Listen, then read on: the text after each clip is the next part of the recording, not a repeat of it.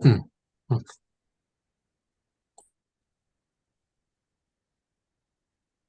ఓం శివశక్త్యా యుక్తో ఓం శివశక్త్యా యుక్తో యది భవతి శక్తః ప్రభవితుం యది భవతి శక్తః ప్రభవితుం న చేదేవం దేవో న చేదేవం దేవో న ఖలు కుశలః స్పందితుమపి న ఖలు కుశలః స్పందితుమపి అతస్త్వామారాధ్యాం అతస్త్వామారాధ్యాం హరిహర విరించాదిభిరపి హరిహర విరించాదిభిరపి ప్రణంతుం స్తోతుం వా ప్రణంతుం స్తోతుం వా కథమకృత పుణ్యః ప్రభవతి. కథమకృతపుణ్యః ప్రభవతి.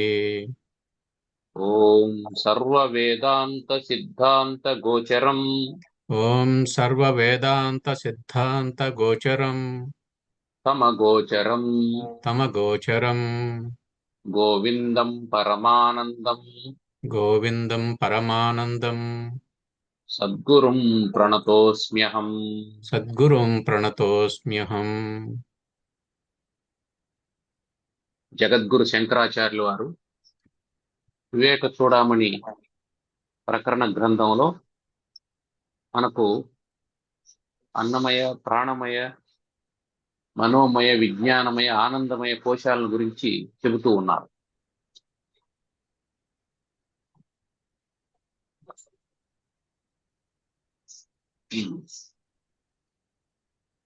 అన్నమయ కోశం అన్నం ద్వారా వృద్ధి చెందినటువంటిది.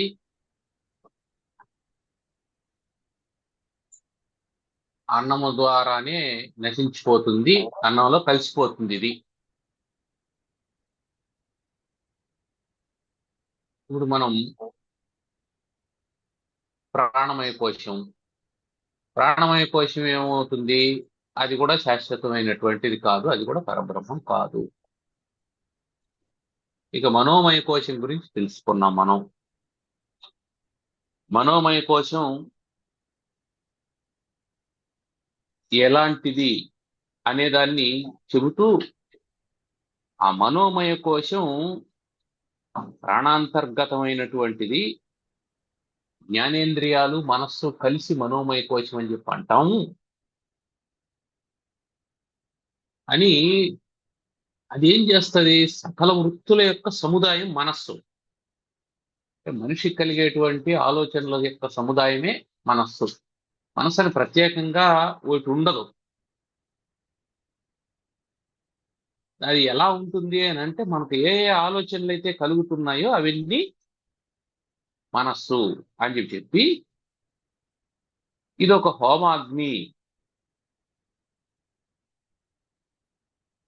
ఈ మనస్సులో పంచేంద్రియాలనేటువంటి హోతల చేత శబ్దస్పర్శ రూపరస గంధాది విషయాలు పోస్తూ ఉన్నంతసేపు ఈ మనస్సు రగులుతూ ఉంటుంది. అంటే ఏమర్థం? మనస్సుని నియంత్రించాలి అని అంటే విషయ నియంత్రణ జరగాలి. శబ్దస్పర్శ రూపరస గంధాది విషయాల నుంచి మనస్సును నివర్తించాలి. అందుకే ప్రాథమిక దశలో సాధకులకు ఏం చెప్తారు? వివిక్త స్థలవాసము అని చెప్తారు. అంటే ఏకాంతమైనటువంటి స్థలంలో ఉండడం. అలా ఉండడం వల్ల ఏమవుతుందంటే, కనీసం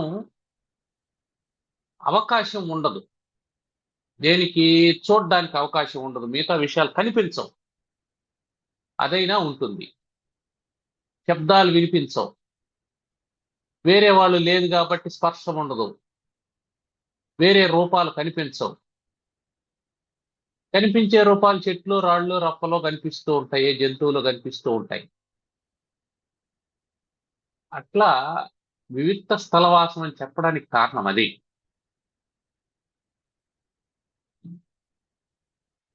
ఆ తర్వాత సాధన వల్ల ఏం చేయాలా? మనం ఎందరిలో ఉన్నా ఒంటరిగా ఉండేది అలవాటు కావాలి. నువ్వు ఒంటరిగా ఉండి అందరిని గురించి ఆలోచన చేస్తూ ఉంటే అది సాధన కాదు. అందరిలో ఉండి నువ్వు ఒంటరిగా ఉండగలిగితే అది సాధన. మీ చుట్టూ అన్ని శబ్దాలు ఉన్నా దేన్ని నువ్వు వినకపోతే అది సాధన.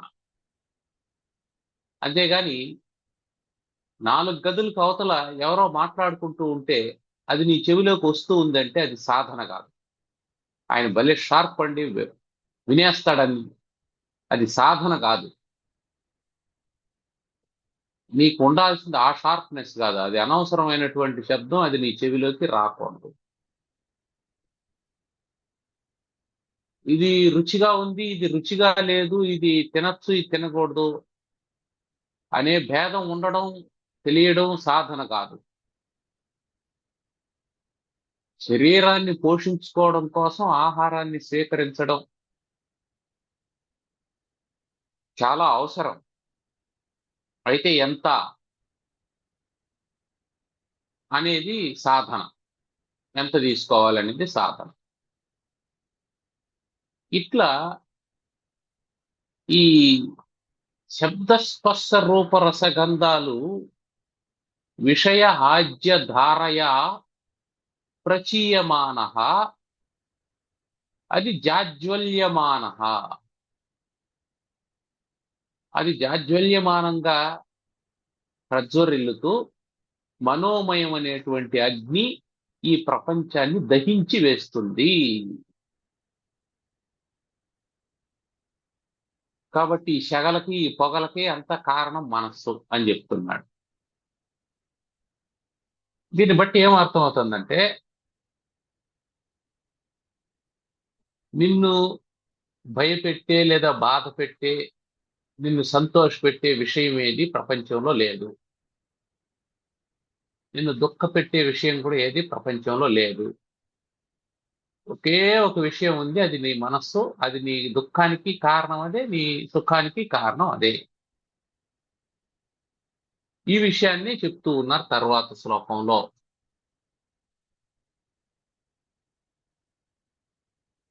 నహ్యస్త్య విద్యా न ह्यस्त्यविद्या మనసోతిరిక్త मनसोऽतिरिक्ता మనోహ్యవిద్యా मनो ह्यविद्या భవబంధహేతు भवबन्धहेतुः తస్మిన్ వినష్టే तस्मिन् विनष्टे సకలం వినష్టం सकलं विनष्टम् విజృంభితేస్మిన్ विजृम्भितेऽस्मिन् సకలం విజృంభతే. सकलं विजृम्भते. మనసా అతిరిక్త అవిద్య నా, మనసః మనస్సు కంటే, అతిరిక్త వేరైనటువంటి, అవిద్య అజ్ఞానము నా లేదు. ఆ? విద్య అంటే జ్ఞానం, విత్ టు నో, విత్ అంటే తెలుసుకోవడం అని.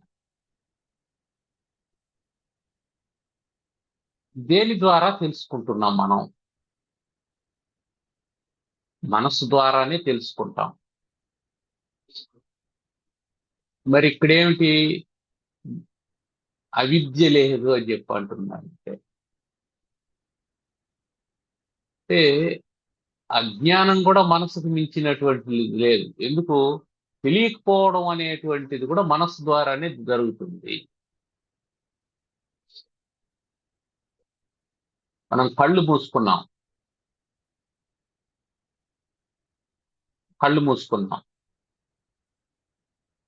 ఏమిటి ఈ గది నీకు కనిపిస్తూ ఉందా అని ఎవరైనా అడిగారు. లేదండి నాకు కనిపించడం లేదు అని చెప్పు. నాకు కనిపించడం లేదు అని నువ్వు ఎలా చెప్పగలిగావు? నీ కళ్ళు చెప్పినాయా? లేదు. నీ కళ్ళు మూసుకున్నాయనేటువంటి విషయం ఎవరికి తెలిసింది? నీ మనస్సుకు తెలుస్తుంది. నీ మనస్సు ఏం చెప్తుందంటే నాకు కనిపించడం లేదని చెప్తుంది. అప్పుడు మనస్సు నేనే అనేటువంటి భావన కలుగుతూ ఉంటుంది. దీన్నంతా చేసేది నేనే కదబ్బా అని అంటుంది. అందుకని తెలియనటువంటి తనం కూడా మనస్సుదే, తెలియడము మనస్సుదే. అయితే ఈ తెలిసి తెలియడాలు వెనక నేను అనేది ఒకటి చెప్తూ ఉంటుంది. అది ఉంది కాబట్టి, ఆ స్ఫురణ ఉంది కాబట్టి అది అవిద్య. మనస్సు ఏమనుకుంటుంది? తాను ఆత్మ కానకపోయినప్పటికీ తానే ఆత్మని అనుకుంటది కాబట్టి అది మనస్సుకున్నటువంటి అవిద్య.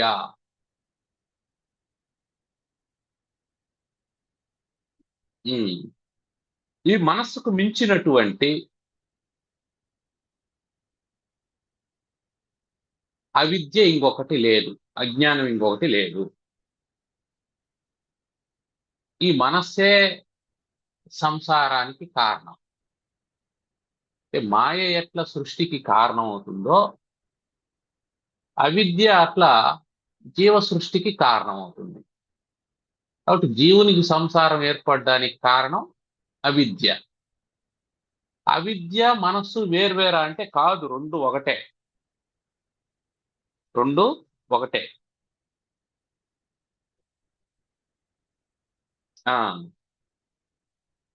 తర్వాత ఏం చెప్తున్నాడు? నహ్యస్య విద్య మనసోతిరిక్త మనోహ్యవిద్య. మనః హి అవిద్య, మనస్సే అవిద్య. భవబంధహేతు. భవబంధహేతు. భవం అంటే సంసారం, పుట్టడం, పెరగడం, మరణించడం, ఇదంతా కలిసి సంసారం ఉంటుంది. ఆ సంసారంలో బంధింపబడడానికి హేతుభూతమైనటువంటిది మనస్సు. హేతు అంటే కారణం.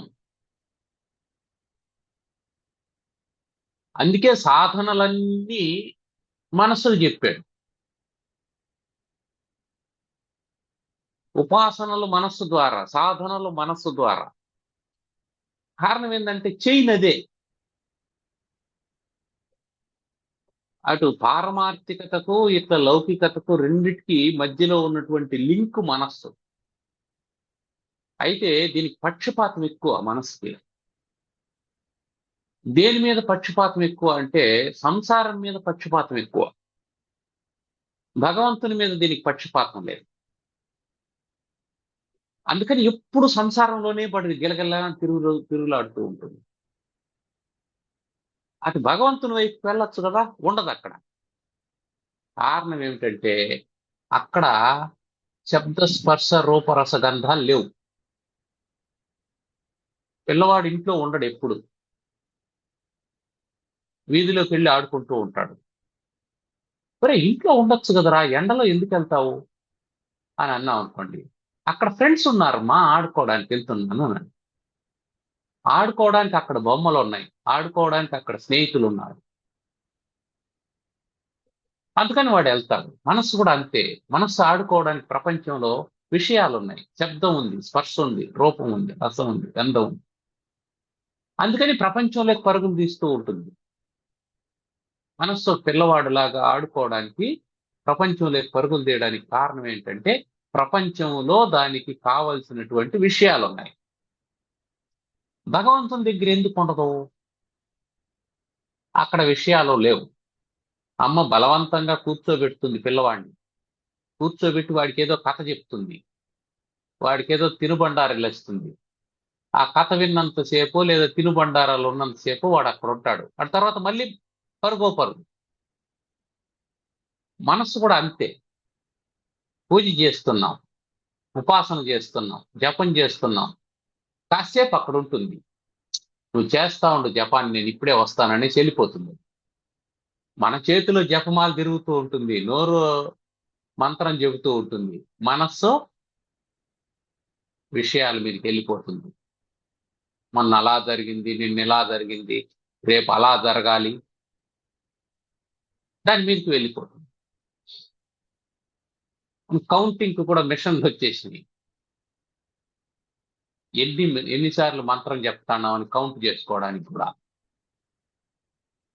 ఆటోమేటిక్ గా చెయ్యి ఆ మిషన్ నొక్కుతూ ఉంటుంది, అట్లా నొక్కుతూ ఉంటే కౌంటింగ్ వస్తూ ఉంటుంది, మంత్రం నోరు చెప్తూ ఉంటుంది,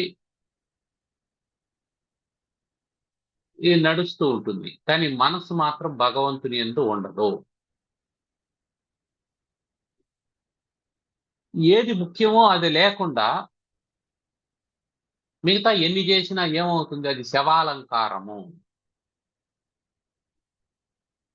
శవానికి నువ్వు ఎన్ని రకాల సెంట్లు కొట్టినా, ఎన్ని రకాల పూలదండలు వేసినా, అది మళ్ళీ లేవదు, మాట్లాడదు, సంతోషించదు. అది కుళ్ళిపోకుండా ఉండదు.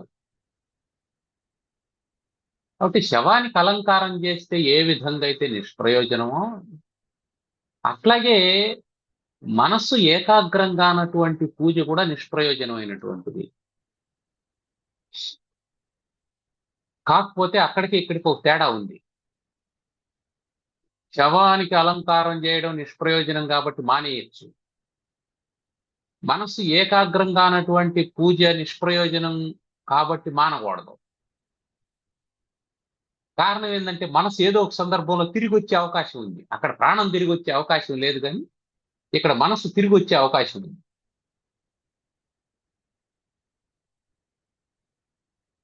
దాన్ని వెనక్కి తీసుకొని వచ్చి పెట్టాలి. ఆ మనసును లాక్కొని వచ్చి మళ్ళీ భగవంతుని పాదపద్మాల దగ్గర పెట్టడం సాధన. అందుకని మనోహి అవిద్య, మనస్సే అవిద్య. భవబంధహేతు, భవబంధానికి కారణమైనటువంటిది మనస్సు. ఎందుకు? భవబంధం ఎట్లా ఏర్పడుతుంది? కర్మ వల్ల ఏర్పడుతుంది. కర్మ వల్లనే కదా పుట్టుకొచ్చింది.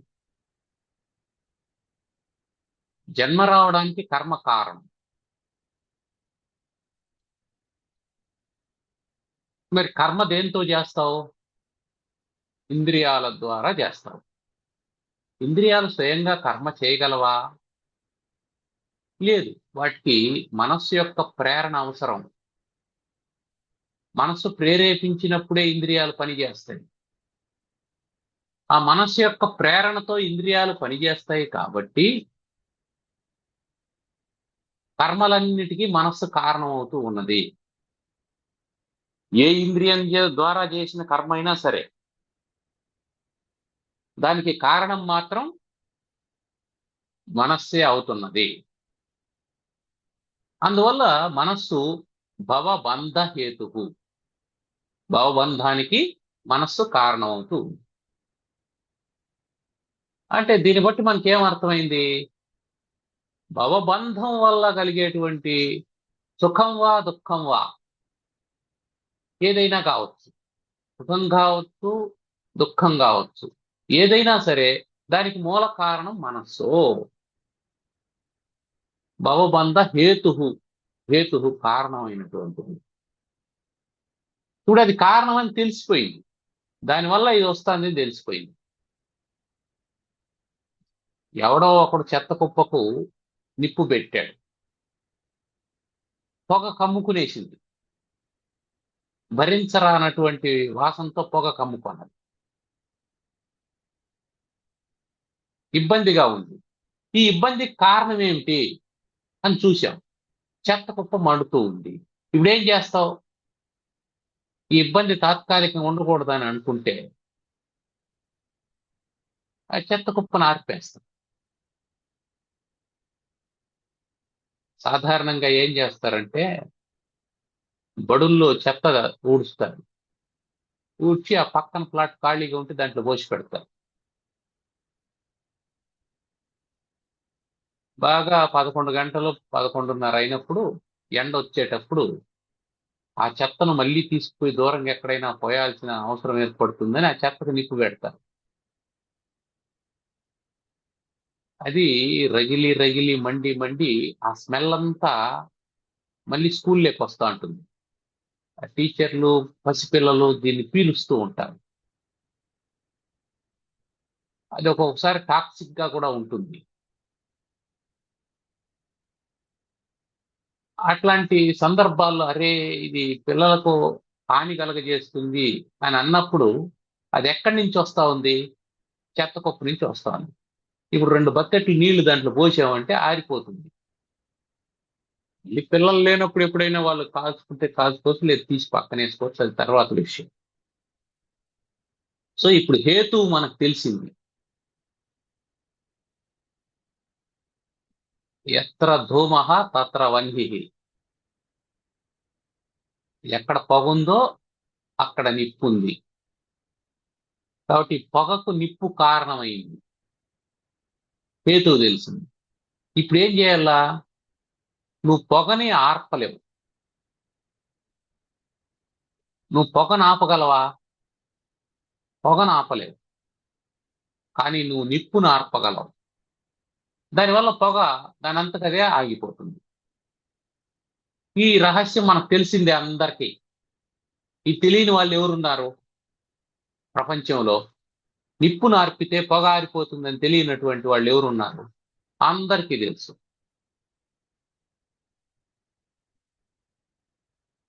అందరూ అదే చేస్తుంటారు కూడా.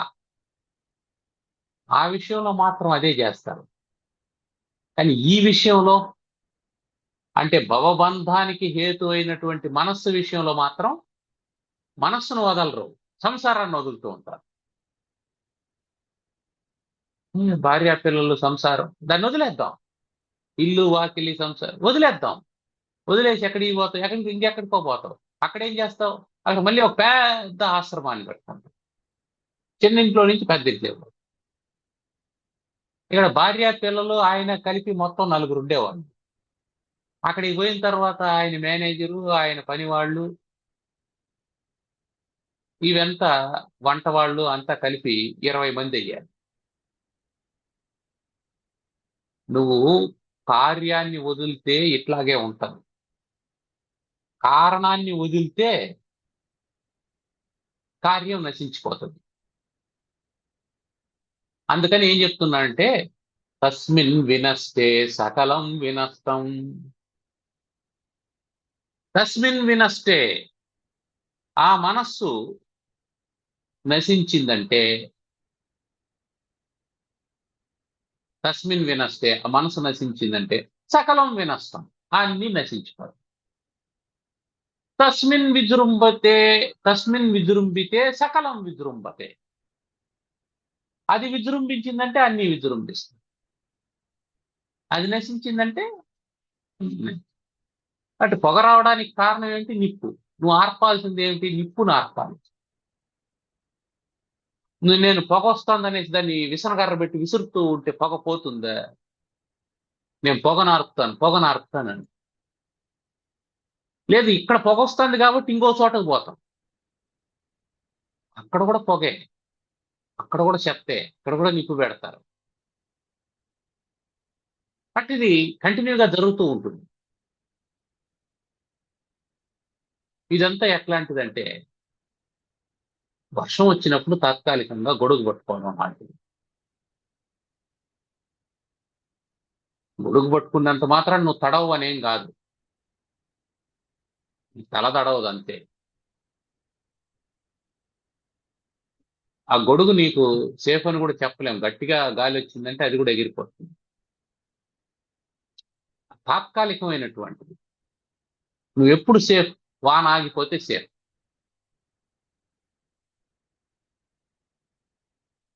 నిప్పు ఆరిపోతే నువ్వు సేఫ్. అందుకని తస్మిన్ వినష్టే సకలం వినష్టం. మనస్సు నశించిపోతే అన్ని నశించిపోతాయి, మనస్సు విజృంభిస్తే అన్ని విజృంభిస్తాయి. కాబట్టి కీలకం ఇక్కడ చెప్పేశాడు. మొత్తానికి కారణం మనస్సై ఉన్నది. ఇది మనోమయ ప్రపంచానికి మాత్రమే మనస్సు కారణమా? భూత భౌతిక ప్రపంచానికి కూడా మనస్సే కారణమా?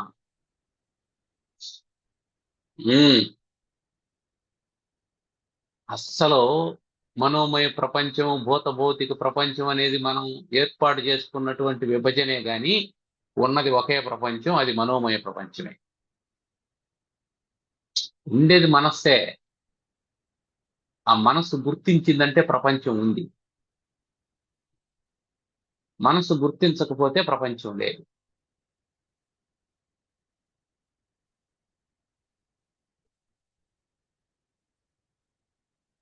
ఒక స్కూల్ దగ్గరికి ఒక తల్లి వచ్చింది. వస్తూ 4 లడ్డూలు పట్టుకొచ్చింది.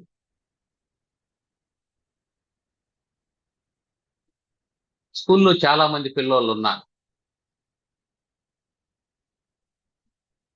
వాళ్ళందరి దగ్గరికి వెళ్ళలేదు. 5వ తరగతిలో వాళ్ళ అబ్బాయి చదువుతున్నాడు. 5వ తరగతి దగ్గరికి వెళ్ళింది. వెళ్ళి ఆ అబ్బాయి పేరు చెప్పింది. ఆ అబ్బాయి బయట వచ్చాడు. వానికి 4 లడ్డూలు ఇచ్చింది. స్కూల్ నిండా ఉన్నది పిల్లలే కదా. పోనీ వాని క్లాసులో ఉండేది కూడా పిల్లలే కదా. వాళ్ళందరికీ ఎందుకు లేదు ఏమో లడ్డూలు? ఎందుకు లేదంటే వాళ్ళందరూ నా వాళ్ళు కాదు, వీడు మాత్రమే నా కొడుకు, అందుకని వీనికి లడ్డు ఇస్తున్నాను. నావాడు అనుకున్న వాడికి ఏ విధంగా అయితే లడ్డు ఇచ్చిందో తల్లి, అట్లాగే మనసు ఇది నాది అని చెప్తుంది. దాంతో ఎక్కువ బంధాన్ని కలిగి ఉంటారు.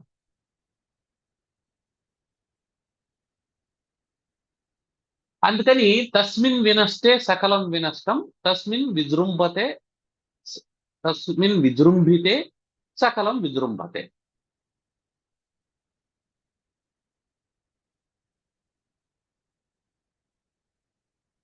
ఇదంతే మనసు చెబుతూ ఉంటుంది, ఇది నాది, ఇది నాది, ఇది నాది, ఐడెంటిఫై చేస్తుంది. ఎందుకు ఇది నాది అంటుందంటే ఇది నాకు నచ్చింది కాబట్టి ఇది నాది అని చెప్తుంది. అందుకని ఎప్పుడైతే నాది అని అంటుందో దాంతో బంధం ఏర్పడుతుంది.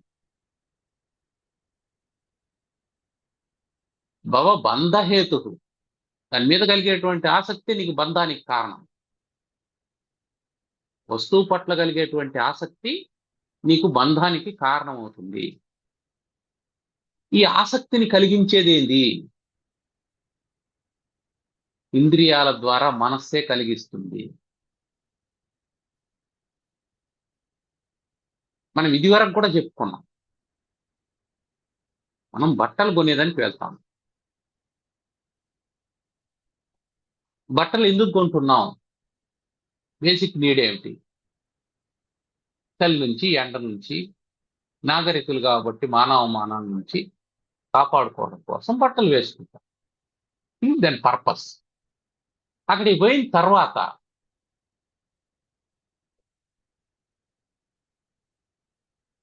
మనకు సరిపోయేటువంటి తీసుకొని వచ్చేస్తామా?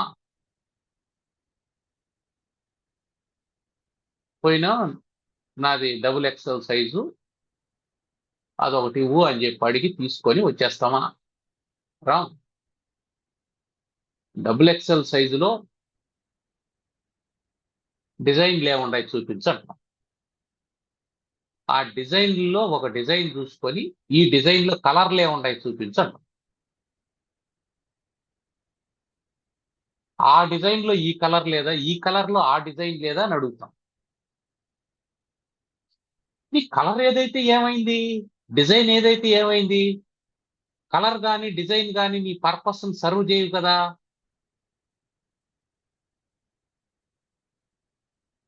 నీ పర్పస్ సర్వ్ చేసేది కలరా, డిజైనా? రెండు కాదు. రెండు కాదు. కానటువంటి దాని మీద నీ మనసు ఎక్కువ సమయాన్ని కేంద్రీకరిస్తూ ఉన్నది. అంటే నీ కాలాన్నంతా దేన్ని మీద ఉపయోగిస్తాను నీ మనసు చెప్పు? నీకు అనవసరమైన దాని మీద ఉపయోగిస్తూ ఉన్నది. ఇప్పుడు నువ్వు దాన్ని ఎంపిక చేసుకోవడం కోసం పోతానే ఒక షర్ట్ తీసి ట్రైల్ వేసుకొని ఇది సరిపోయింది, దీనికి బిల్ అయ్యాను అనకుండా, ఈ సైజులో నాకు ఈ డిజైన్లో ఈ కలర్లో అని అంటున్నావు. ఈ సైజు ఓకే, కలరు డిజైన్ కాడ నువ్వు ఎంత సమయం గడుపుతూ ఉన్నావో అదంతా నీకు వృధా అయినటువంటిదే కదా. దానివల్ల నీకు ప్రయోజనం ఏం లేదు కదా. నీ ప్రయోజనాన్ని నెరవేర్చేది ఆ సైజు మాత్రమే. అయిపోయింది. కానీ మనస్సు సైజ్ దగ్గర ఎక్కువ సమయం ఆగదు. 1 word లో చెప్పేస్తుంది, డబుల్ ఎక్సెల్ అయిపోయింది. అటు నుంచి మొదలవుతుంది దీని వికారాలన్నీ. దీని వైభవం అంతా, మనో వైభవం అంతా అప్పటి నుంచి మొదలవుతుంది. ఆ డిజైన్ చూపించి, ఈ డిజైన్ చూపించి, ఆ కలర్ చూపించి, ఈ కలర్ చూపించి, అబ్బా 2 గంటలు 3 గంటలు పడుతుంది. ఈ 2 గంటలు 3 గంటలు ఏం చేస్తుంది మనస్సు? నీ ఆయుష్ను హరించి వేస్తుంది.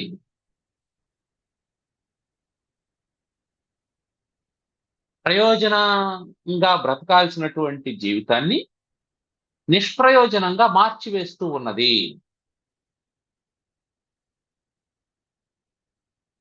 దారిని పోతూ ఉన్నాం, ఎవరో ఇద్దరు గొడవ పడుతూ ఉన్నారు. వీటి నువ్వేం చేయాలి? గొడవ పడే వాళ్ళని ఆపాలి, లేదా గొడవ పడే వాళ్ళని నీకు ఆపే శక్తి లేకపోతే నీ దారికి నువ్వు వెళ్ళిపోవాలి. అలా కాకుండా అక్కడ నిల్చుకొని నువ్వు చూస్తూ ఉంటావు. ఏం మాట్లాడుకుంటున్నారు, ఎలా గొడవ పడుతున్నారు. ఎంతసేపు చూస్తావు? 1 గంట సేపు చూస్తావు. What is the purpose? ఈ గంట పక్క నుండి ఎవడు పిలుస్తాడే, రా పదం అని చెప్పంటే 1 నిమిషం ఉండు అయిపోయి పదం అని అంటాం. దేనికోసం ఇది? మనస్సు కోసం. మనసు ఏం చేసింది? ఆ గంట కాలాన్ని వృధా చేసింది, చేయించింది నీ చేత. ఆ ఆయుష్ను వృధా చేయించింది. కాబట్టి అన్ని నష్టమైపోవడానికి కారణం మనస్సే. నువ్వేమనుకుంటున్నావు? దీనివల్ల అంతా లాభాలు జరుగుతున్నాయి అని అనుకుంటున్నావు. లాభదాయకమైనటువంటి పని ఒక్కటి చేయడం లేదు ఈ మనస్సు. నీకు నష్టాన్నే కలుగజేస్తూ ఉన్నది. ఇంకో ముఖ్యమైనటువంటి విషయం ఏంటి? అట్లనే అది లేకపోతే ప్రపంచం ఉంటుందంటే అది లేకపోతే ప్రపంచం లేదు. మనస్సు ఉంటే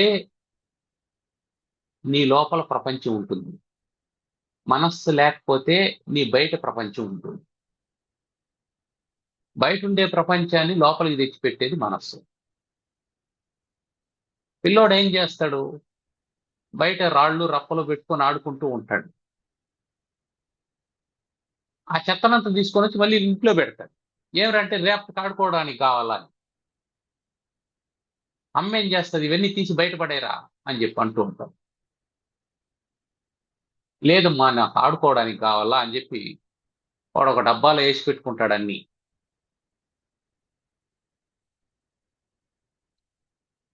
అంతే మనస్సు కూడా. నాకు కావాలి నాకు కావాలి అని చెప్పని లోకంలో ఉండేటువంటి చెత్త చెదారాన్నంతా లోపల తెచ్చివేస్తూ ఉంటుంది. అది లోపలికి తెచ్చి వేస్తూ ఉన్నంత కాలం బంధం ఉంటుంది. తస్మిన్ వినష్టే సకలం వినష్టం. ఎప్పుడైతే అది నశించిందో అప్పుడు అన్ని నశించిపోతాయి. ఇప్పుడు లోపలేవి ఉండదు. నశించుకోవడం అంటే ఏమిటి? చనిపోతే ప్రాణం పోతుంది, మనసు కూడా పోతుంది, అప్పుడేముండదు. అది కాదు, దాంతో నీకు పని లేదు. దాని తర్వాత విషయం. అది సాధన ఎట్లా అవుతుంది? అది సాధన కాదు కదా. సాధన ఏమిటి అంటే నీ ప్రాణాలు ఉండాలి, నువ్వు జీవంతో ఉండాలి, నీ మనస్సు డిటాచ్డ్గా ఉండాలి. నీ మనసు బంధంతో ఉండకూడదు, అసంగంతో ఉండాలి.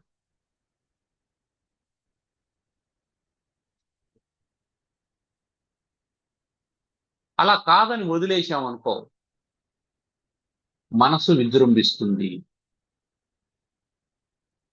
మనసు విజృంభించిందంటే సకలం విజృంభతే. సకలం అంటే ఇవి హడావిడి మామూలుగా ఉండదు. మనసు విజృంభించినటువంటి వాని హడావిడి మామూలుగా ఉండదు. నేను వస్తున్నానయ్యా, సరే మంచిది రండి. బ్యానర్ కట్టారా? పూర్ణకుంభ స్వాగతం ఏర్పాటు చేశారా? ఫ్లెక్సీలు పెట్టారా? ఇటువైపు అటువైపు స్వాగత తోరణాలు కట్టారా, పువ్వులు చల్లుతూ ఉన్నారా, డ్రమ్స్ లాంటివి ఏమైనా పెట్టారా? దీని విజృంభణ ఇట్లుంటది. నువ్వు వచ్చింది అందుకనైనా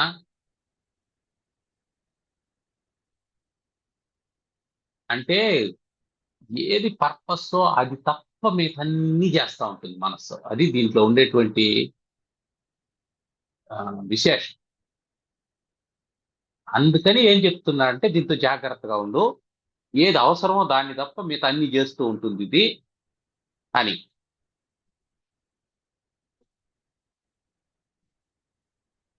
అంటే అసలుది వదిలేస్తుంది, కొసూరులు ఎక్కువ అవుతాయి. అందుకని ఆయన మనస్సు భవబంధ హేతువు. ఈ భవబంధం నుంచి నువ్వు తప్పించుకోవాలంటే మనస్సు నశించాలి, మనోనాశం జరగాలి. ఈ మనస్సు ఎట్లాంటిది? కోతి లాంటిది. ఆ కోతి అసలే కోతి, అది కొంత కళ్ళు కూడా దాగింది. దానికి తేలు కూడా కుట్టింది, అటుపై దెయ్యం కూడా పట్టింది. ఇప్పుడు అది మామూలుగా ఉంటుందా? మనస్సు కూడా అంతే. అసలే మనస్సు అది జీవంతో కలిసింది, దానికి ఇంద్రియాలు ఉన్నాయి ఉపకరణాలుగా. ఆ ఇంద్రియాలకు విషయాలు ఉన్నాయి, శబ్ద స్పర్శ రూప రస గంధాలు. ఇంక ఊరికే ఉంటుందా?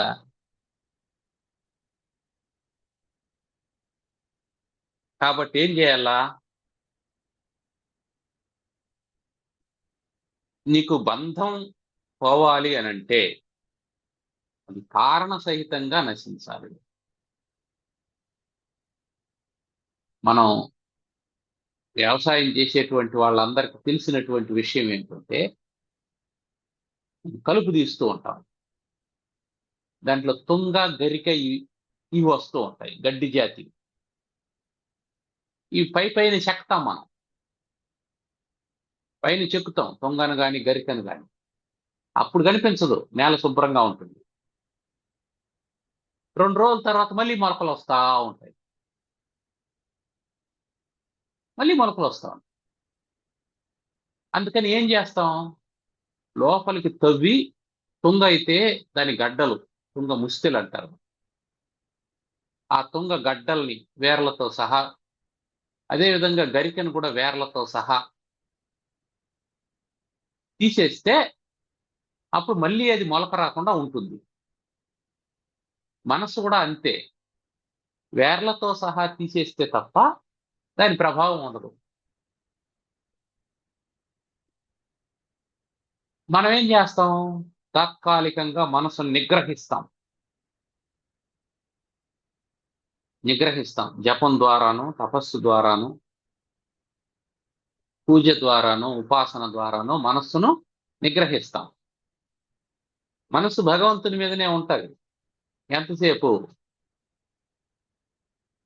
నెయ్యి పోసిన చక్కెర పొంగలి నైవేద్యంగా తీసుకొని వచ్చి అక్కడ పెట్టి అంతవరకు. ఇప్పుడు మంత్రం స్పీడ్ పెరిగిపోతుంది. ఎందుకు? ప్రసాదం తినాలి, త్వరగా పూజ అయిపోవాలి. ఇప్పుడు మనస్సు దాని మీద లేదు. నువ్వు చక్ర పొంగలి భయంతో భక్తితో చేయడం లేదు, ఇష్టంతో తయారు చేస్తున్నావు.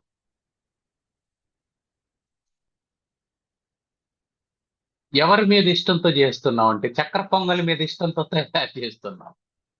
భగవంతుని మీద భక్తితో నువ్వు చక్ర పొంగలి తయారు చేయడం లేదు. ఇది మళ్ళీ మనమే తింటాం అనేటువంటి దృష్టితో నువ్వు చేస్తూ ఉన్నావు. ఇది భగవంతునికి నివేదిస్తున్నాం అనేటువంటి దృష్టితో చేయడం లేదు. చక్కెర పొంగలి బాగానే చేసావు కానీ ఇందులో ఇంకా 4 జీడిపప్పులు వేసి ఉంటే బాగుండేది. ఇందులో ఇంకా కొంత నెయ్యి పోస్తే బాగుండేది. ఇది మన పరిస్థితి.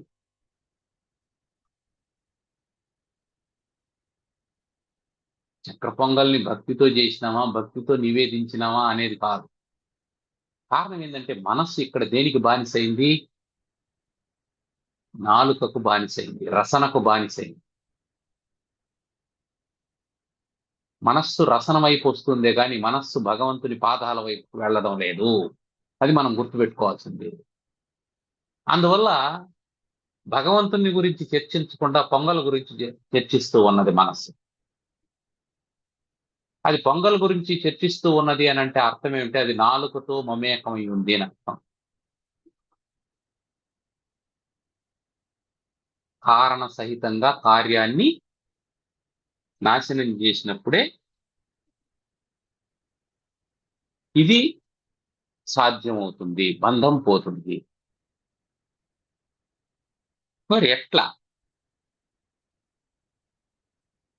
శరీరం లోపల ఉండేటువంటి అనేకమైనటువంటి అవయవాల్లాగా మనసు కూడా ఒక అవయవం అయితే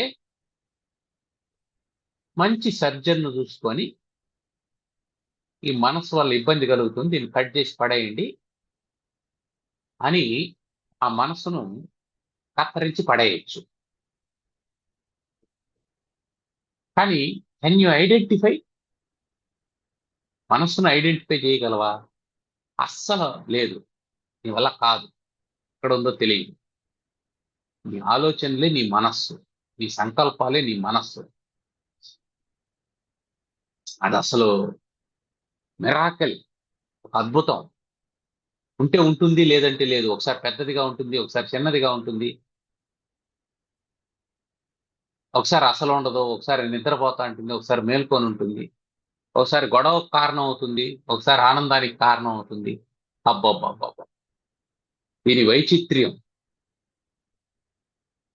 చెప్పడానికి వీలుగా అన్నటువంటిది.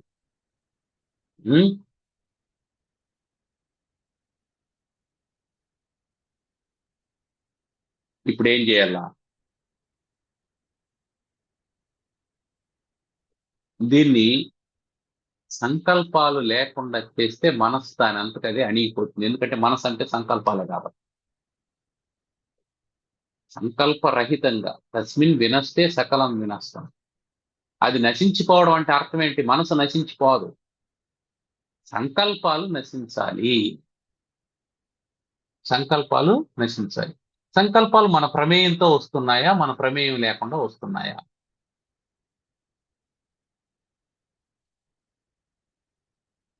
అనేది మనం చూసుకోవాలి.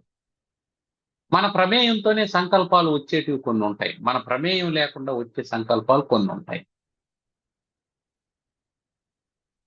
మన ప్రమేయం లేకుండా సంకల్పం వస్తూ ఉంది అని అంటే ఇది ఎందుకు వస్తుంది? నాకు ఈ ఆలోచన ఎందుకు వస్తుంది? ఇది అక్కర్లేదు. మన ప్రమేయంతోనే సంకల్పం కలుగుతూ ఉంది అంటే ఇది నాకు అవసరం కాబట్టి ఇది నేను చేస్తున్నాను. మనం అవసరం లేకపోయినా కొన్ని చేస్తాం, అది మన ప్రమేయం లేకుండా జరిగేటువంటి సంకల్పం. మనకు అవసరం కాబట్టి కొన్ని చేస్తాం, అది మన ప్రమేయంతో జరిగేటువంటి సంకల్పం. ఇట్లా రెండు ఉన్నాయి సంకల్పాలు, మన ప్రమేయంతో, మన ప్రమేయం లేకుండా. మన ప్రమేయం లేకుండా జరిగే సంకల్పం ఏది మనకు అక్కర్లేదు, వదిలేయి. ఇది నాకు అవసరం లేనిది. ఇక మన ప్రమేయంతో పుట్టేటువంటి సంకల్పాలు ఉన్నాయే, వాటికి మనం విచక్షణను తోడు చేయాలి. ఇది అవసరము, ఇది అనవసరం అనేది తోడు చేసినామంటే ఒక చొక్కా కొనుక్కోవడానికి 3 గంటల సమయం పట్టదు మనకు. అక్కడ విచక్షణ తోడైందని. విచక్షణ తోడు కాకపోతే ఈ డిజైన్లో ఈ రంగు, ఆ రంగు, ఆ రంగు, వాడు 2 రంగులు చూపిస్తాడు. ఇది ఎరుపండి, ఇది పసుపండి. ఈ 2 కలిసిన రంగు ఏమైనా ఉందా అని చూపిస్తాడు. ఇదిగోండి ఎరుపు రంగు నిలువు గీతల్లో ఉంది, పసుపు రంగు అడ్డగీతల్లో ఉంది అని చూపిస్తాడు. అట్లా కాదు, ఎరుపు పసుపు కలిసిన రంగు ఏమైనా ఉందా అంటాడు. నువ్వేం చేయాలి వాడు? అంటే ఇదంతా ఎందుకు? నీ అవసరం ఉందా ఇక్కడ? నీ విచక్షణ పనిచేస్తుందా? అది పర్పస్ సర్వ్ అవుతుందా లేదా? ఏమని అన్నామంటే నాకు ఈ కలర్ ఉందండి అంటాడు. నాకు ఈ కలర్ ఉందండి, ఎందుకని వేరే కలర్ ఉంది. ఉంటే ఏమైంది అంటే ఆ కలర్ ఉండేది నీకు పర్పస్ సర్వ్ చేస్తుందని తెలుసు కదా, మళ్ళీ ఇంకోటి ఉంటే ఏమైంది? నాకు వేరే కలర్ కావాలి అంటే ఏం అర్థం? నువ్వు ఆల్రెడీ ఉన్నదాంతో నువ్వు సంతృప్తిగా లేవు, ఇంకోటి కావాలని అనుకుంటుంది. ఇట్లా మనసు ఏం చేస్తుంది? నిన్ను గందరగోళం చేస్తుంది. ఈ సంకల్పాలు, నీ ప్రమేయంతో కలిగే సంకల్పాలు, నీ ప్రమేయం లేకుండా ఇట్లా విజృంభిస్తూ ఉంటుంది మనసు. ఎప్పుడైతే ఈ సంకల్పాలన్నీ అణిగిపోతాయో అప్పుడు మనసు అణిగిపోతుంది. అంతే, అయిపోయింది. సంకల్పం లేదు, మనసు లేదు. నిద్రపోవాలనేది నీ సంకల్పం, పడుకున్నావు, నిద్రపోయినావు. ఇప్పుడు మనసు ఉందా? ఇప్పుడు అది పరుగులు తీస్తూ ఉందా? నిన్ను పరుగులు పెట్టిస్తూ ఉందా? అక్కడ చెరుకు రసం అమ్ముతారు, బాగుంటుంది వెళ్ళు. ఇక్కడ ఐస్ క్రీమ్ బాగుంటుంది వెళ్ళు. అక్కడ పోయి కొబ్బరి నీళ్ళు తాగేసరా, ఇవన్నీ చెప్తుందా? ఏమీ లేదు. కారణం ఏంటంటే అది దాని జన్మస్థానంలో పోయి అణిగిపోయింది. ఎక్కడి నుంచి పుట్టుకొచ్చిందో ఆ మనస్సు దాంట్లో పోయి అణిగిపోయింది. అణిగిపోయినప్పుడు అది కూడా ఆనందంగా ఉంది. అది కూడా ఆనందంగా ఉంది.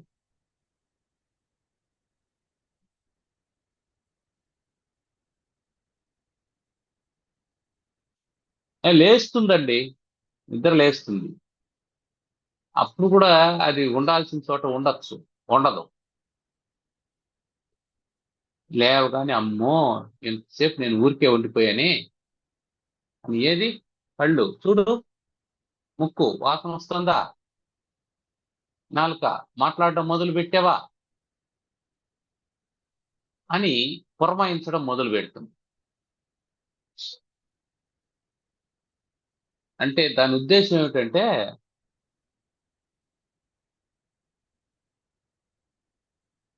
ఇది ఎట్లాంటిది అంటే ఒక సామెత ఉంది, పొద్దుందని పొట్టకర్ర మడుగోయించాడంట ఒకడు. అంటే 5 మంది కూలోల్ని పిలిపించాడు ఒకడు ఏదో పని కోసం. ఆ పని 3:30కంతా, సాయంకాలం 3:30కంతా అయిపోయింది. కూలీలు 5 గంటల వరకు ఉండాలి, ఇంకా 1:30 గంట సమయం ఉంది. ఆ 1:30 గంట ముందుగా వాళ్ళను పంపించేసి వాళ్ళకి డబ్బు ఇవ్వడానికి ఈ యజమానికి మనస్సు రాలేదు. వాళ్ళ చేత ఏదో ఒక పని చేయించుకోవాలి 1:30 గంట అని అనుకున్నాడు. అనుకొని ఏం చేశాడంటే పొట్టకర్ర మడి. పొట్టకర్ర మడి అంటే అందరికి తెలిసింది, ఎన్ను వస్తూ ఉంటుంది. ఆ ఎన్ను ఇంకా బయట రాదు, ఎన్ను తయారయ్యి ఉంటుంది. దీన్ని గోయండ్రా అని చెప్పి అన్నాడు.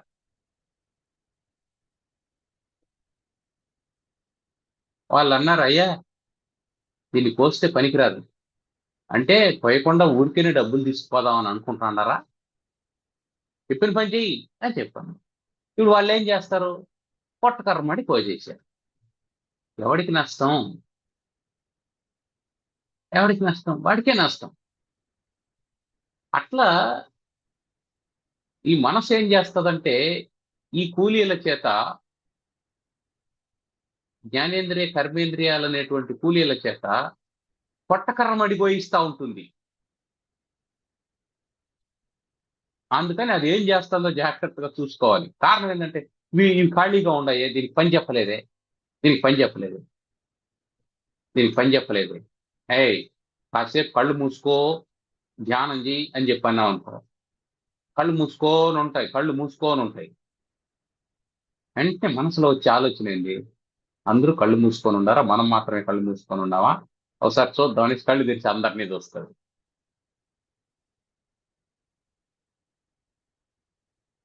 ఆ, అంతే చూస్తుంది.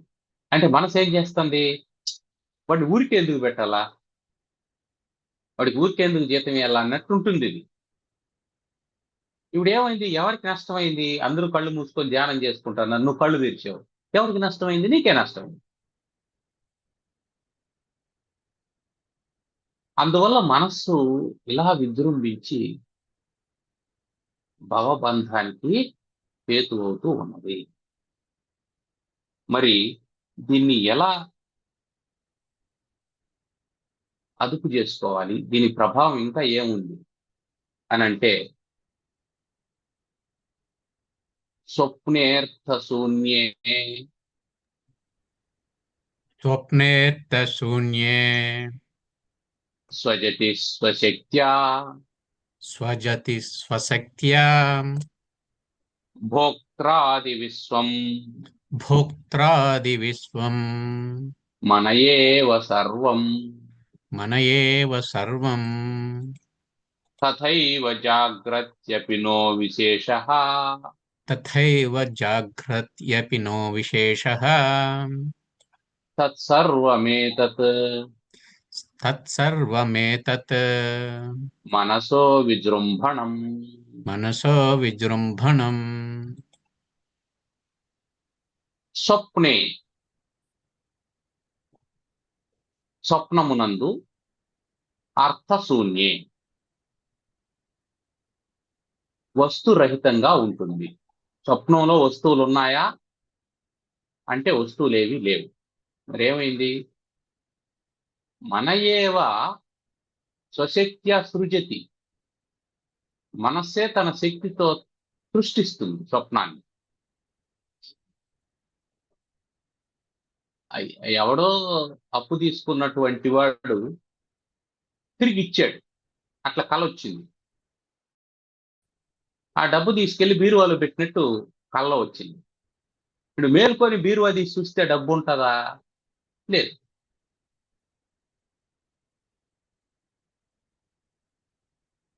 కాబట్టి ఈ డబ్బుని ఎవడు సృష్టించాడు? మనసు సృష్టించింది స్వశక్త్యా. దానికి అద్భుతమైనటువంటి శక్తి ఉంది. ఎంత శక్తి ఉంది అంటే మొత్తం ప్రపంచాన్నంతా సృష్టించేంత శక్తి ఉంది. భోక్త్రాది విశ్వం సర్వం మన ఏవ స్వశక్త్యా సృజతి. మనం అనుభవించేటువంటి ప్రపంచం, విశ్వమంతా ఏదైతే ఉందో అదంతా మనస్సు తన శక్తి చేత సృష్టిస్తూ ఉన్నది. ఎలా అంటే స్వప్నే.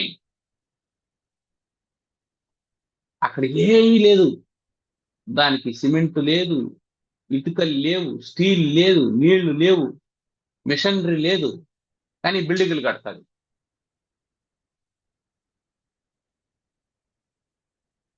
ఏముండదు. అక్కడ సన్మానాలు జరుగుతుంటాయి, అక్కడ అవమానాలు జరుగుతుంటాయి, అక్కడ భయం ఉంటుంది, అక్కడ బాధ్యత ఉంటుంది. ఎవరినో చూడాలనుకుంటూ ఉంటాం, వాళ్ళు అక్కడ కనిపిస్తారు, అక్కడికి వస్తారు. ఆముదాల మురళి ఆస్ట్రేలియాకి వస్తాడు, మున్రారెడ్డి ఆముదాల మురళి ఆస్ట్రేలియా వీధుల్లో తిరుగుతూ ఉంటారు. పిలుచుకొని వస్తుంది. వీసా ఉందాయా? లేదు. వీసా ఉండాల్సిన అవసరం లేదు దానికి. ఎవరినైనా పిలుస్తుంది, ఎందరినైనా పిలుస్తుంది. ఇంట్లో సరుకులు ఉన్నాయా లేదా అనే దాంతో సంబంధం లేకుండా ఇది ఒక 1000 మందికి వడ్డిస్తా ఉంటుంది.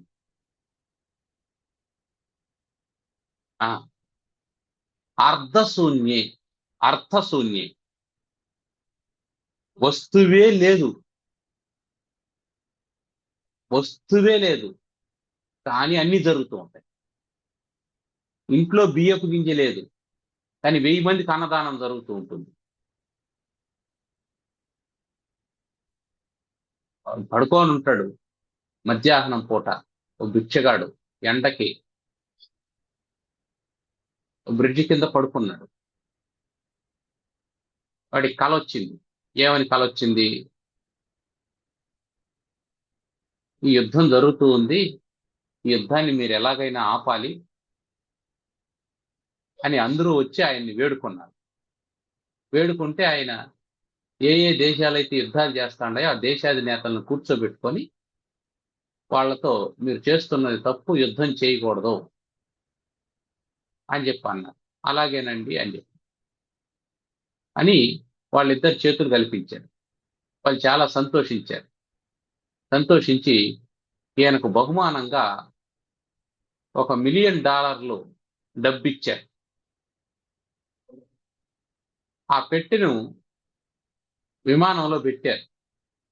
విమానం వచ్చి జాగ్రత్తగా దిగింది. ఆ పెట్టెని తీసుకొని వచ్చి ఓపెన్ చేస్తూ ఉన్నాడు. మెలకు వచ్చింది. ఎక్కడ ఉన్నాడు? అదే కాలువ పక్కన, అదే బ్రిడ్జి కింద, పక్కన 2 కుక్కలు, అవతల ఇంగిద్దరు భిక్షగాళ్ళు ఉన్నారు. ఈ విమానాన్ని, ఈ నాయకుల్ని, దీన్నంతా ఎవరు సృష్టించారు?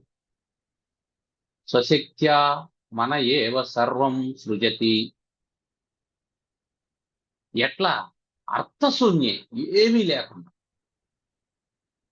అదే మనం బ్రిడ్జి కట్టాలంటే సిమెంట్ కావాలి, స్టీల్ కావాలి, ఇటుక కావాలి, అన్నీ కావాలి. మనసు కట్టాలంటే ఏం అక్కర్లేదు, అర్థశూన్యం.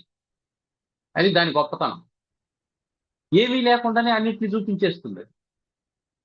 ఆ ఏమీ లేదు అనేది మనకు తెలియదు. అది విశేషం ఇక్కడ. తథైవ, అదే విధంగా. ఏ విధంగా? అర్థశూన్యే స్వప్నే, ఏ విషయము లేనటువంటి స్వప్నంలో భోక్త్రాది విశ్వం స్వశక్త్య మన ఏవ సృజతి. తథా, అదే విధంగా. జాగ్రత్యపి నో విశేష, జాగ్రత్తలో కూడా ఏ విశేషము లేదు. జాగ్రత్తలో ఏముంది అంటే తత్సర్వం ఏతత్ మనసః విజృంభణం. జాగ్రత్త కూడా మనసు యొక్క విజృంభణమే తప్ప జాగ్రత్తలో కూడా ఏమీ లేదు. మనకి ఇంతకు ముందే చెప్పాడు స్వామి శంకరాచార్యులు వారు. అద్దంలో కనిపించేది, నీళ్లల్లో కనిపించేది, ఛాయలాగా ఉండేది, స్వప్నంలో కనిపించేది, ఈ 4 ఏ విధంగా అయితే నిజం కావో జాగ్రత్త కూడా నిజం కాదు అని చెప్పాడు. అలాగే తథైవ జాగ్రత్యపి నో విశేష, జాగ్రత్తలో కూడా విశేషం ఏమీ లేదు. తత్సర్వం ఏతన్ మనసు విజృంభణం. జాగ్రత్త ప్రపంచం కూడా మనస్సు యొక్క విజృంభణమే. అటు జాగ్రత్త ప్రపంచాన్ని ఎలా చూడాలి నువ్వు? స్వప్నవత్, స్వప్నం లాగా చూడాలి. ఎందుకంటే జాగ్రత్త ప్రపంచం నీకు అటాచ్మెంట్ని ఇస్తుంది, స్వప్నం నీకు అటాచ్మెంట్ని ఇవ్వదు. మేలుకున్న వెంటనే ఓహ్ ఇది కళ, నీకు సత్యం తెలుసు. ఏం అసత్యం? కల్లో కనిపించిందేది జాగ్రత్తలో ఉండదు అనేది తెలుసు. జాగ్రత్తలో కూడా నీకో సత్యం తెలుసు. నీ దగ్గర ఉన్నదేది శాశ్వతంగా ఉండదని తెలుసు, కానీ దాన్ని అంగీకరించలేవు. అది సమస్య. నువ్వు స్వప్నాన్ని అంగీకరించినంత సులభంగా జాగ్రత్తను అంగీకరించడం లేదు. అంగీకరిస్తే అయిపోయింది, ఇంకంతే. ఇంక శాస్త్రం అక్కర్లేదు, సాధనలు అక్కర్లేదు. Very simple. నువ్వు స్వప్నం లాంటిదే జాగ్రత్త అనేటువంటి అంగీకారం నీకు కలిగిన ఉత్తర క్షణం నువ్వు మోక్షాన్ని పొందినట్లు, అంతే, ఇంకేం లేదు. అందుకని జాగ్రత్త చెప్పినో విశేష, జాగ్రత్తలో కూడా విశేషాలు ఏమి లేవు నైనా, అది కూడా మనసు యొక్క విజృంభణం అని చెప్పాను. దాన్ని ఇంకా వివరిస్తూ సుషుప్తిని గురించి చెప్పబోతున్నారు. అది తర్వాత తరగతిలో చెప్తాను. ఇందులో ఏమైనా ప్రశ్నలు ఉన్నాయా?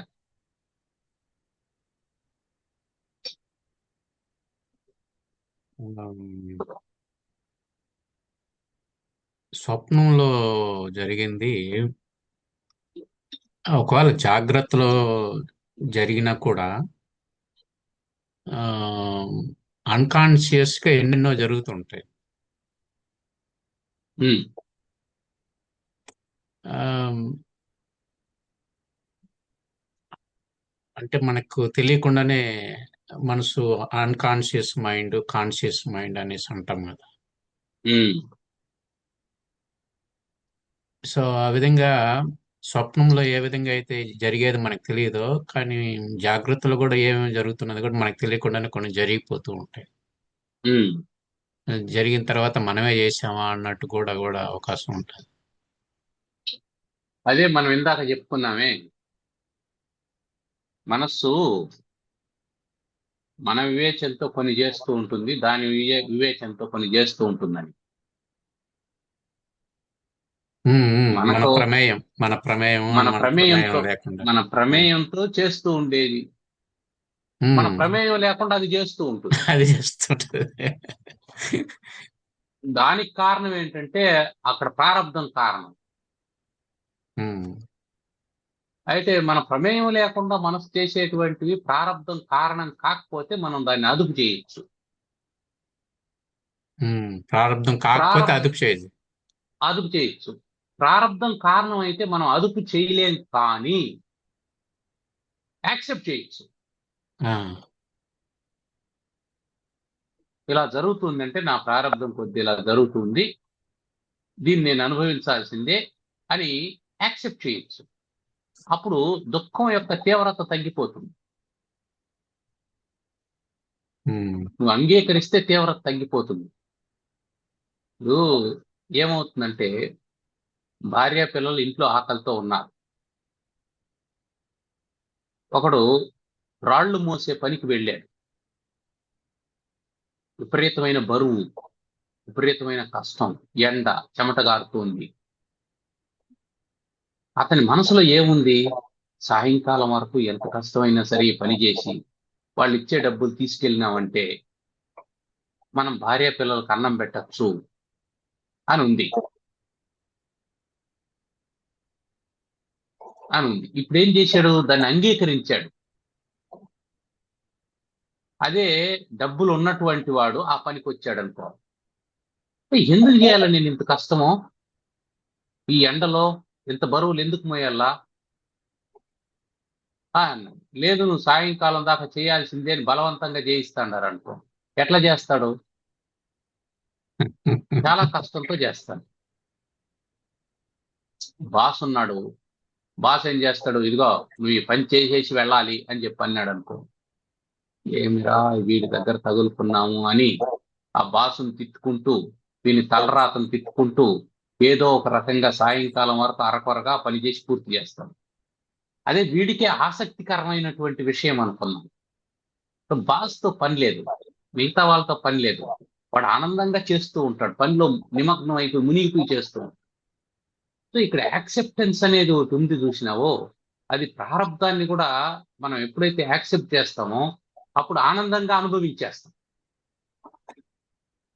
అందుకని ప్రారంధం ద్వారా మన ప్రమేయం లేకుండా జరిగేటువంటిది ఏదైనా ఉంటే కూడా దాన్ని అంగీకరించగలిగినామంటే ఆనందంగా జరుగుతుంది, అంగీకరించకపోతే ఆనందంగా జరగదు అని మనం గుర్తుపెట్టుకోవాల్సింది. మన ప్రమేయం లేకుండా జరిగేటువంటి దాంట్లో మన ప్రమేయంతో జరుగుతూ ఉంది, మన సంకల్పంతో జరుగుతుంది అన్నప్పుడు మన సంకల్పాలను ఒకసారి చెక్ చేసుకోవాలి, అవి కార్యరూపానికి వెళ్ళకముందే విచక్షణ. విచక్షణను ఉపయోగించాలి. ఆ, చాలా వరకు కలలో కనిన తర్వాత, మార్నింగ్ లేచిన తర్వాత కూడా అది నిజం కాదని తెలుసు, కానీ అందరికీ ఇలా వచ్చింది కళ అని చెప్పుకుంటూ ఉంటారు. ఓహో, నాకు అది జరుగుతుంది, ఇది తెల్లవారితోనే జరిగేటివి నిజం అవుతాయి. ఇవన్నీ వేటికి తీసుకోవాలి. ఒకవేళ జరిగిందంటే జరిగితే కూడా నిజం కాదని కదా చెప్తున్నాడు. అదే, జాగ్రత్తలో కూడా జరిగింది నిజం కాదని చెప్తున్నాడు. ఆ, జరిగితే కూడా నిజం కాదు, అదే నిజం కాదు. ఒకవేళ ఈడ జరిగితే అది నిజం కాదు. అని ఇక్కడ బాగా ఆ చెప్తున్నాడు. జరు జరుగుతుంది జరుగుతుంది అని అనుకుంటే జరుగుతుంది అని అనుకోవడం దేన్ని అనుకుంటావు నువ్వు? నీకు నీకు తెలియకుండానే ఒక హెచ్చరిక అనేది ఒకటి వస్తూ ఉంటుంది కాస్మిక్ ఎనర్జీ నుంచి, విశ్వం నుంచి. ఇది ఇలా జరగచ్చు అనేటువంటి హెచ్చరిక కావచ్చు అది. అది తెలుస్తూ ఉంటుంది. అప్పుడు నువ్వు అలర్ట్ కావడం, ఆనందించడం ఏదో జరుగుతూ ఉంటుంది. కానీ అది నీకు ముందుగా తెలిసినంత మాత్రాన వచ్చే ప్రయోజనం ఏమీ లేదు. ఇప్పుడు పరీక్షణ్ మహారాజుకు 7 రోజుల్లో చనిపోతాడని ముందే తెలిసింది. ఏం చేశాడు? ఏదేదో ఏర్పాట్లు చేసుకున్నాడు. బ్రతికాడా? లేదు. అతను 7 రోజుల్లో చనిపోతున్నాము అని అంగీకరించాడు.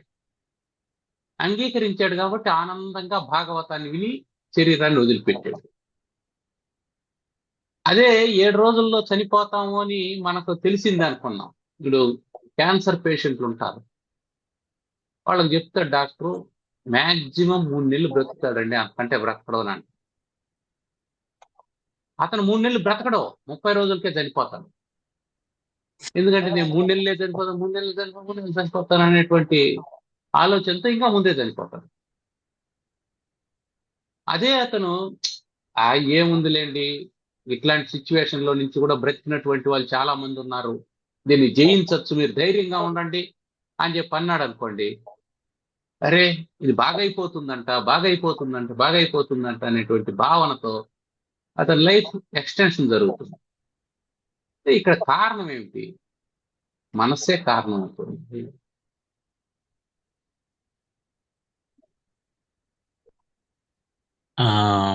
ఇంకొకటి వచ్చి మామూలుగా చక్కెర పొంగలి ప్రసాదం భక్తితో తయారు చేయడం అనేది మనం మాట్లాడుకున్నాం కదా. కాకపోతే దీన్ని నేను కాంప్లికేట్ గా చేయడం లేదు. కానీ నాకు వచ్చిన ప్రశ్న ఎవరంటే, తిరుమలలో లడ్డు ప్రయాణం చేస్తూ ఉంటాము, భక్తితోనే చేస్తారు అందరూ, కానీ ఎలా చేసినా ఈ కల్తీ జరగడం అనేది కొంచెం, అది అంటే బాగుందనే విషయమా ఏంటి అది అనేది కొంచెం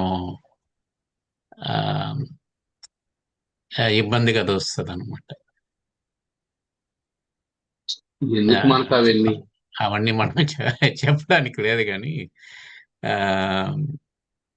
కానీ భక్తితోనే చేస్తారు, అది ఎట్లా చేసినా కూడా అనేది మనము గుర్తుపెట్టుకుంటే సరిపోతుంది. సరే, చేసే వాళ్ళకి భక్తి ఉంది, అది సంబారాలు ఇచ్చే వాళ్ళకు భక్తి లేకపోతే మనం ఏం చేస్తాం? అంతే. ఇప్పుడు వంట చేసేవాడు మంచివాడే, సరుకులు తెచ్చేవాడు నాసి రకం సరుకులు తెచ్చాడంట, వంట చేసేవాడు ఏం చేస్తాడు? అది కరెక్ట్. మనం ఏం చేయలేం కదా, తన భక్తిని చేస్తాడు. కాబట్టి అతని భక్తికి డోకా లేదు. అది మనం చూసుకోవాలి, అది చూస్తే సరిపోతుంది. మనకు దాంతో సంబంధం లేదు. వంట చేసేవాడు సిన్సియర్ గానే చేస్తాడు. నెయ్యి ఉంటే నెయ్యి పోస్తాడు, నెయ్యి లేదంటే వదిలేస్తాడు. చక్కెర పొంగల్ చేస్తూ ఉన్న ప్రతి చోట అన్ని ఇళ్లలో జీడిపప్పు ఉండాలనేమి లేదు. ఒక తల్లి బియ్యంలో అదేమిటి శనగపప్పు వేసి ఉడికించి బెల్లం వేసి అందులో కిస్మిస్ జీడిపప్పు వేసి దాంట్లో నెయ్యి వేసి చక్కెర పొంగల్ చేస్తుంది. ఇంకో తల్లికి ఇవేవి ఉండవు, అన్నంలో అంత బెల్లం కొట్టేస్తుంది, అదే ఆవిడికి చక్కెర పొంగల్. ఇక్కడ నువ్వు ఇన్ని వేసినావు కాబట్టి భగవంతుడు నన్ను కరుణిస్తాడు, నేను జీడిపప్పు ఎక్కువ వేసినాను కాబట్టి కరుణిస్తాడు, నీ ఎక్కువ పోసినాను కాబట్టి కరుణిస్తాడు అనే దానికి ప్రమాణం లేదు. నువ్వు దాన్ని ఎలా సమర్పించావు, ఎంత భక్తితో చేశావు అనేదే ప్రమాణం. నువ్వు వాళ్ళ ఇంటి ఆయన కూడా ఇంట్లో సరుకులు తెచ్చేటప్పుడు చక్కెర పొంగల్ చేయాలి కదా అనేసి జీడిపప్పు కిస్మిస్ నెయ్యి అవి తెచ్చున్నాడు అనుకో, ఆ తల్లి వేస్తుంది, ఆమె భక్తితోనే చేస్తూ ఉన్నది, దానికి డోకాలు. అది ఇంపార్టెంట్. సరే, అది ఇంపార్టెంట్. మనం ఏమిటంటే మనం భక్తితో స్వీకరిస్తున్నామా లేదనేది మనం చూడాలి. మనం ఇంపార్టెంట్, మనం చూసుకోవాలి. దాంట్లో కల్తీ అయిందంటే అది వేరే విషయం. అది అది మనకు మనకు సంబంధం లేని విషయం. దాన్ని చూడాల్సినటువంటి వాళ్ళు, దాని మీద తీర్పు చెప్పాల్సినటువంటి వాళ్ళు వేరే ఉన్నారు. వాళ్ళకి వాళ్ళకి సరిపోతుంది. వాళ్ళకి తర్వాత సరిపోతుంది. వచ్చి మనకి జన్మ రావడానికి కర్మ అనేసి ఉమ్, అనుకున్నాం కదా. ఉమ్. ఈ కర్మ అంటే అంటే ఒక వాక్యంలో చెప్పలేము. కానీ ఒక వాక్యంలో చెప్పాలనుకుంటే కర్మ అంటే మనం చేసే పని అంతే. ఉమ్, ఏ చెట్టు వచ్చిందంటే ఏ విత్తనం నాటితే ఆ చెట్టు వచ్చింది. ఉమ్, నువ్వు విత్తనాలు వేసుకుంటూ వెళ్తూ ఉన్నావు. సాల్లో శనగ్గింజలు వేస్తా వెళ్తారు. శనగ మొలకలు వస్తాయి. నాలుగు వేసిన తర్వాత మళ్ళీ ఇంకో సాలు వచ్చినప్పుడు కంది గింజలు వేస్తా వెళ్తారు. ఇంకో దాంట్లో అనప గింజలు వేస్తా వెళ్తారు. శనగ గింజలు వేసిన చోట అనప గింజలు రావు. అనప గింజలు వేసిన చోట కంది చెట్లు రావు. ఏం విత్తనం వేస్తే అదే చెట్టు వస్తా ఉంటుంది. కాబట్టి కర్మ అనేది ఏమిటంటే మనం చేసేటువంటి పనులు, దాని ఫలితమే జన్మ అంతే. అది రూఢిగా అంటే ఇప్పుడు దాని తర్వాత వస్తుంది, కర్మ ద్వారానే జన్మ వస్తుంది. కానీ అది జన్మ రాకుండా అనేది మనసుని విత్తనం లేకుండా చేస్తే అది రాకుండా ఉంటుంది. విత్తనాలు వేస్తే మొలకలు వస్తాయి, విత్తనాలు వేయకపోతే మొలకలు రావు. సింపుల్. ఒకవేళ వేసేసాం విత్తనాలు, ఉమ్, వేయాల్సి వచ్చింది, వేయించు, అప్పుడు మొలక వే- రాదు. అంతే. ఇప్పుడు మొలక వచ్చేసింది, వేర్లతో సహా పెకలించు. పెకలించి అంతే. అది ఇప్పుడు విషయం చెప్తాం. ఉమ్. అంతే.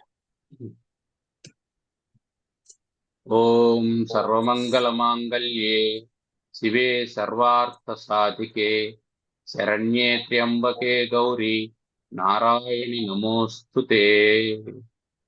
ఓం స్వస్తి ప్రజాభ్యః పరిపాలయంతాం న్యాయేణ మార్గేణ మహిం మహిషాః గోబ్రాహ్మణేభ్యः శుభమస్తు నిత్యం లోకాः సమస్తాः సుఖినో భవంతు.